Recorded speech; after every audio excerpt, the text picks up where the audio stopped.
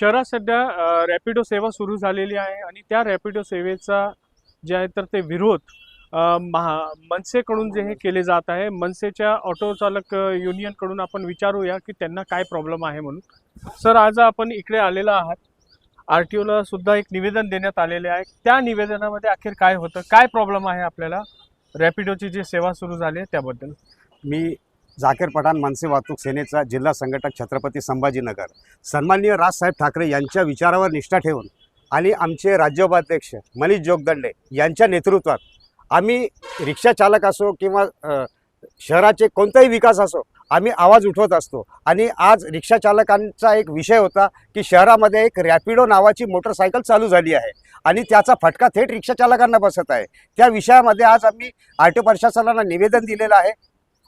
आज आम्हाला एवढं सांगायचं आहे की आरटीओ प्रशासनचे डोळे झाक झाली आहे का, आरटीओ प्रशासन झोपतं आहे का, अशा कंपन्या येत आहे कुठून, या बाबत आम्ही आज आरटीओ प्रशासनाला पत्र दिलेलं आहे.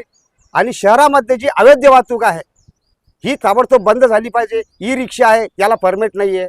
आता ही रॅपिडो चालू आहे. आम्हाला असं वाटतं की कंपनीकडून काय आरटीओ प्रशासन काही पैसे वगैरे घेतो काय? आणि रिक्षा चालकांच्या आज रिक्षा चालक रिक्षा चालवत नाही आहे, तो घर पण चालवतोय. त्यांचं मुलाबाळाचं शिक्षण आहे, आईवडिलांचं मेडिकल आहे, घरामध्ये खर्च आहे, बँकेहून लोन घेतलेलं आहे ते पण भरणं आहे. आणि अशी अवैध वाहतूक जर आरटीओ प्रशासनाने शहरामध्ये चालू केले तर आमचे रिक्षावाले कसे करणार? आम्ही तर म्हणतो की प्रशासन रिक्षा चालकांना म्हणतो की प्रशासन आम्हाला म्हणतो की रिक्षा चालक बेशिस्त आहे. अरे परंतु आज प्रशासन बेशिस्त आहे, आज आम्ही असं म्हणतोय. कारण की आज अवैध वाहतूक ही शहरामध्ये चालू आहे. म्हणून आम्ही म्हणतोय की आज प्रशासन आणि आरटीओ प्रशासन हे बेशिस्तच आहे. यांनी शिस्तामध्ये आलं पाहिजे आणि 8 दिवसामध्ये ही बाईक टॅक्सी बंद केली पाहिजे. जर बंद नाही केली तर आम्ही तीव्र आंदोलन करणार.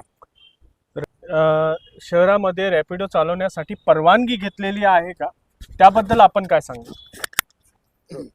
आपण विचारल्याप्रमाणे रॅपिडोनी प्रवासी वाहतुकीची परवानगी घेतली आहे का? तर रॅपिडोनी अशी कुठली परवानगी घेतलेली नाही. ते एक ऑनलाईन ॲप आहे. त्या ॲपच्या माध्यमातून जेव्हा रॅपिडो बाईक आपण प्रवासासाठी बुक करतो तर त्याच्यामध्ये ऑटो रिक्षाचाही फोटो येतो आणि बाईकचाही फोटो येतो. बाईक किती रुपये घेणार आणि ऑटो रिक्षा त्याच्यापेक्षा डबल टिबल घेणार. म्हणजे एक प्रकारे ऑटो रिक्षा व्यवसायावर बिना परवानगी अतिक्रमण तर अतिक्रमण, परत ऑटो रिक्षाच्या प्रवासी वाहतुकीची पैसे किती घेतात त्याची बदनामी. म्हणजे हे इतके घेतात आम्ही इतके घेऊ. म्हणजे हे तर उघड चॅलेंज आहे रॅपिडोचं. जर 8 दिवसात या रॅपिडोच्या बाईक बंद नाही झाल्या तर जितक्या बाईक चालतात आणि जेवढे बायकर्स असतील रॅपिडोचे ते सगळे धरून या कर्णपुराच्या मैदानात उभं करून त्या दिवशी बघू कशी कारवाई होती. तर त्या दिवशी मनसे स्टाईल कारवाई करू.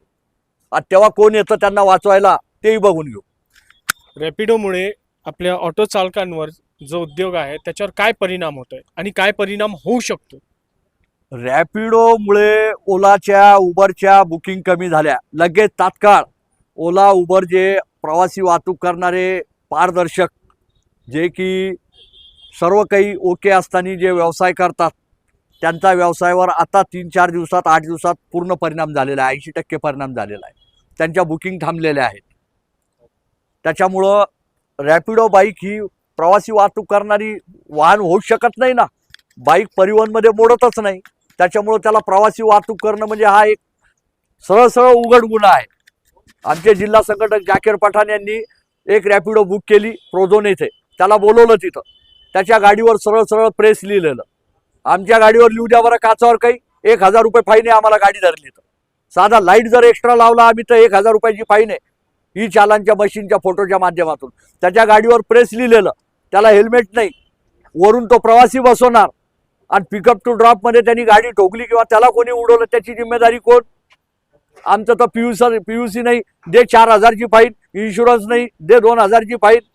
म्हणजे आम्हाला एकीकडून नियमाच्या जाळ्यात बांधून टाकायचं आणि रॅपिडो खुशाल तिकडं ऑटो रिक्षाची बदनामी करून कमी पैशामध्ये प्रवासी वाहतूक करू लागला. ठीक आहे ना. 8 दिवसात त्याच्यावर प्रशासनातर्फे कारवाई झाली तर ठीक, नसता मनसेची काय कारवाई आहे ती सगळेजण बघतील आणि त्यावेळेस त्याला जे कोणी वाचवायला येतील त्यांनाही आम्ही बघून घेऊ. एकीकडे ऑटो रिक्षा चालकांसाठी जे तर ते गणवेश, शहर परवाना असू द्या, पीयूसी असू द्या, असे सर्व नियम लागू करण्यात आलेले आहे. मात्र रॅपिडोवर जे आहेत तर काही प्रकारचे नियम लागू करण्यात आलेले नाही आहे असं यांच्याकडनं बोलले जात आहे. आणि इवन त्यांना शहरामध्ये त्यांनी परवानगी सुद्धा घेतलेली नाही आहे असं यांचं बोलणं आहे. तर आपण बघूया की यापुढे RTO साहेब या निवेदनाची कशा प्रकारे दखल घेतात. खरोखरच जे रॅपिडो आहे त्यांच्यावर कारवाई होणार आहे का RTO कडून ते बघण्याचा विषय असेल.